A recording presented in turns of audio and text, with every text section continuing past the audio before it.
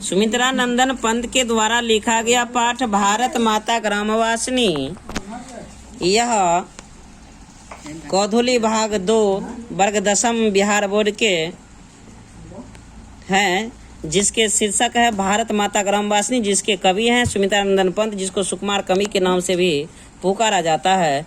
सुमित्रा नंदन पंत का जन्म 1900 ईस्वी में अल्मोड़ा जिला के रमणीय स्थल कौसानी उत्तरांचल में हुआ था। उत्तरांचल के कौसानी में अल्मोड़ा जिला में हुआ था। जन्म के 6 घंटे बाद ही इनके माता सरस्वती देवी का देहांत हो गया। बहुत ही भयानक चिंताजनक बात हुआ। जन्म के 6 घंटा बाद ही इनके माता सरस्वती देवी का देहांत हो गया। इसका पिता गंगादत्त पंत कौसानी टी एस्टेट के अकाउंटेंट थे। इसके माता के निधन के बाद इसके दादी जी जो थे वही इनका देख रेख लालन पालन किया और पढ़ाने का भी काम ज़्यादा से ज़्यादा रुचि जगाने का काम इनके दादी जी ही की थे। पंत जी प्राथमिक शिक्षा गांव में ही प्राप्त की और फिर बनारस से उन्होंने हाई स्कूल की शिक्षा पाई। वे कुछ दिन तक कलांकर राज्य में भी रहे। उसके बाद आजीवन वे इलाहाबाद में रहे। 29 दिसंबर 1977 का उनको निधन हो गया। 29 दिसंबर 1977 को उनका निधन हो गया, 77 वर्ष की उम्र में लमसम। पंत जी का आरंभिक काव्य प्रकृति प्रेम और शिशु सुलभ जिज्ञासा को लेकर प्रकट होती है, अर्थात प्रकृति के प्रेमी कवि थे ये। उनकी आरंभिक रचनाएं प्रकृति और सौंदर्य के प्रेमी कवि की संवेदनशील अभिव्यक्तियों से परिपूर्ण हैं। पंत जी प्रवृत्ति से छायावादी हैं, परंतु उनके विचार उदार मानवतावादी हैं। उन्होंने प्रसाद और निराला के समान छंद और शब्द योजना में नवीन प्रयोग किए। पंत जी की प्रतिभा कलात्मक सूझ से संपन्न है, अतः उनकी रचनाओं में एक विलक्षण मृदुता और सौष्ठव मिलता है। युग बोध के अनुसार अपनी काव्य भूमि का विस्तार करते रहना पंत की काव्य चेतना की विशेषता है। वे प्रारंभ में प्रकृति सौंदर्य से अभिभूत हुए, फिर मानव सौंदर्य ने उन्हें समाजवाद का और आकृष्ट किया। समाजवाद से वे अरविंद दर्शन की ओर प्रवृत्त हुए। वे मानवतावादी कवि थे। वे मानव इतिहास में नित्य विकास में विश्वास करते थे। वे अतिवादिता एवं संकीर्णता के घोर विरोधी थे। उनका अंतिम काव्य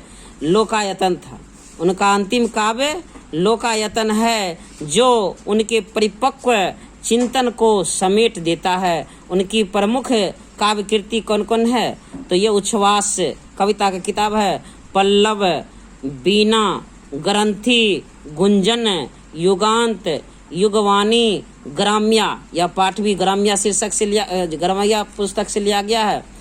भारत माता ग्रामवासिनी, तो ये ग्राम्या, स्वर्ण धूलि, स्वर्ण किरण, युगपथ, चिदम्बरा पर इसको पुरस्कार भी मिला है आदि इन्होंने काव्य पुस्तक लिखे हैं। पंत जी के नाटक के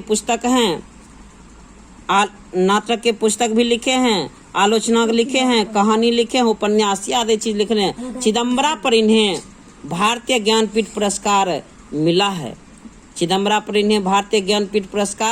सुमित्रा नंदन पंत को मिला है, जिसको सुकुमार कवि के रूप से भी जाना जाता है। प्रकृति सौंदर्य की कविता के लिए विख्यात कवि की रचना।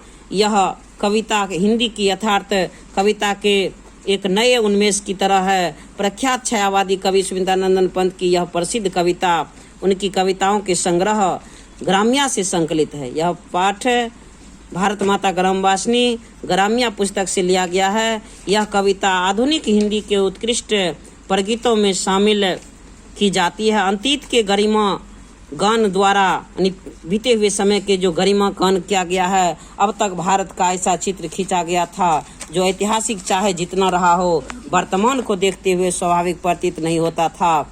धन, वैभव, शिक्षा, संस्कृति, जीवन शैली आदि तमाम दृष्टियों से पिछड़ा हुआ, धुंधला और मटमैला दिखाई पड़ता यह देश हमारा वही भारत है जो अतीत में कभी सभ्य था, सुसंस्कृत था, ज्ञानी था और वैभवशाली रहा था। कभी यहाँ इसी भारत का यथातथ चित्र प्रस्तुत करता है। बीते हुए इतिहास की बात, भारत की बात, शक्तिशाली कितना था, सोने की चिड़िया किस तरह था, इसका वर्णन करते हुए वर्तमान भारत जिस समय में देश गुलाम था उसका वर्णन यह करते हैं। तो यह पाठ प्रारंभ होती है भारत माता ग्रामवासिनी, अर्थात भारत माता गांव में निवास करती है, ऐसा सुमित्रा नंदन पंत का जिक्र है कि भारत माता ग्रामवासिनी खेतों में फैला है श्यामल, धूल भरा मैला सा आंचल, गंगा यमुना में आंसू जल, मिट्टी की प्रतिमा उदासीन। अर्थात करा है भारत माता गांव में निवास करती है, खेत में फैला है इसका श्यामल श्यामला, धूल भरा मैला सा आंचल उसका धूल से भरा है, गंगा यमुना में उसका आंसू का जल है और मिट्टी की प्रतिमा उसका उदासीन पड़ा है। जनता जो है उसकी मिट्टी की प्रतिमा है, वह उदासीन है। करा है दैन जरित औपलक नत चितवन, अधरों में चिर नीरव रोदन, युग युग के तम से विष्णन मन, वह अपने घर में प्रवासनी। अर्थात भारत माँ अपने घर में ही प्रवासनी गुलामी बना हुआ है, क्योंकि भारत उस समय अंग्रेज के गुलाम था। भारत अपने घर में रहते हुए भारतीय गुलाम था, और गुलाम इसलिए कह रहा है कि दैन्य यानी गरीब था, जरित मतलब जर के समान मूर्ख था, औपलक नत चितवन उसका जो है दृष्टि आंख औपलक था, अधरों में चिर नीरव रोदन अर्थात उसका रोना बिना ध्वनि का रोदन करता था, बिना आवाज का रोता था, कलपता था। ये सब भारतीय माँ की चर्चा, यह भारतीय जनता की चर्चा सुमित्रा नंदन पंत जी उस समय गुलामी में कर रहे हैं कि दैन जरित औपलक नत चितवन, अधरों में चिर नीरव रोदन अर्थात अध्वनि के रोदन, युग युग के तम से विष्णन मन, युग युग से जो अंधकार से मन विस्मित हो चुका था, मन जो दुखी था, वह अपने घर में प्रवासनी हो चुकी है। भारत माँ करहा 30 कोटि संतान नगन तन, अर्ध क्षुदित शोषित निरस्त्र जन। अर्थात उस समय भारत की जनता की संख्या 30 करोड़ थी, इसलिए कह रहा है कि 30 करोड़ संतान नगन तन अर्थात शरीर पर सही से वस्त्र नहीं मिल पा रहा है, अर्ध क्षुदित मतलब आधा पेट भोजन करता है, शोषित है, कोई अस्त्र नहीं है, निरस्त्रजन है, कोई अस्त्र भी उसके पास शस्त्र भी नहीं है कि वह जो है अंग्रेज से लड़ पाए। मूढ़ असभ्य अशिक्षित निर्धन, वह मूढ़ अर्थात मूर्ख है, असभ्य है और अशिक्षित है, निर्धन है। नत मस्तक तरु तल निवासनी, उसका मस्तक नीचा है, तरु अर्थात पैर के, तल अर्थात नीचा निवास करते हैं, ऐसा उसका घर भी पक्के सही नहीं है। स्वर्ण सस्य पर पद तल लुंठित अर्थात सोना के समान यह उसका फसल दूसरे के पैरों तले लुंठित होते हैं, रौंदे जाते हैं। धरती सा सही सुन मन कुंठित, धरती के समान वह सहिष्णु हो चुका है, वह थोड़ा सा भी अपने आप को जो है नहीं कह पाता है, कितना भी कष्ट दे रहा अंग्रेज फिर भी वह सह रहा है। इसलिए कहा गया धरती सा सहिष्णु मन कुंठित, करंदन कंपित अधर मौन अस्मित, वह रोता है लेकिन मौन होकर के रोता है। राहु गर्षित शरदेन्दु हासनी, जिस तरह से शरद ऋतु की चंद्रमा राहु से गर्षित होती है जब ग्रहण लगता है, ठीक उसी तरह से लगता है कि भारत को जनता को राहु गर्षित हो चुके हैं। चिंतित भृकुटी क्षितिज तीव्रांकित, नमित नयन नभ वस्पाच्छादित, आनन श्री छाया शशि उपमित, ज्ञान मूढ़ गीता प्रकाशनी। अर्थात भारत की जनता चिंतित है, इसकी भृकुटी क्षितिज तीव्रांकित है, अंधकार से अंकित है। नमित नयन, इसका नयन जो है नमित, आंख में आंसू भरा है। नभ उसका जो वाष्प से भरा चुका है, नभ आंसू के वाष्प से। आनन श्री छाया शशि उपमित,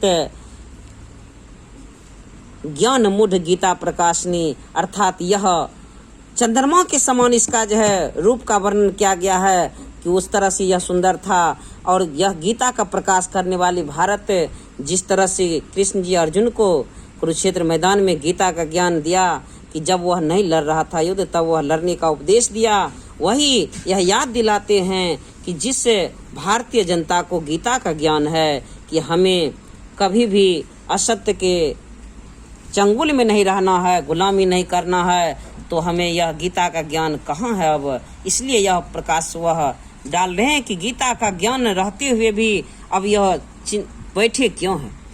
कह रहा है ज्ञान मूढ़, ज्ञान से मूढ़ है जहाँ पर गीता प्रकाश हुए थे। सफल आज उसका तप संयम, उसका आज तप और संयम सफल हुआ।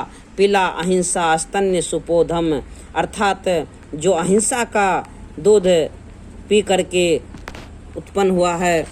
हरती जन मन भय भवतरम, जो जनता के मन के भय को हरती है। जग जननी जीवन विकासनी, ऐसी भारत माँ है जो जग की जननी मानी जाती है।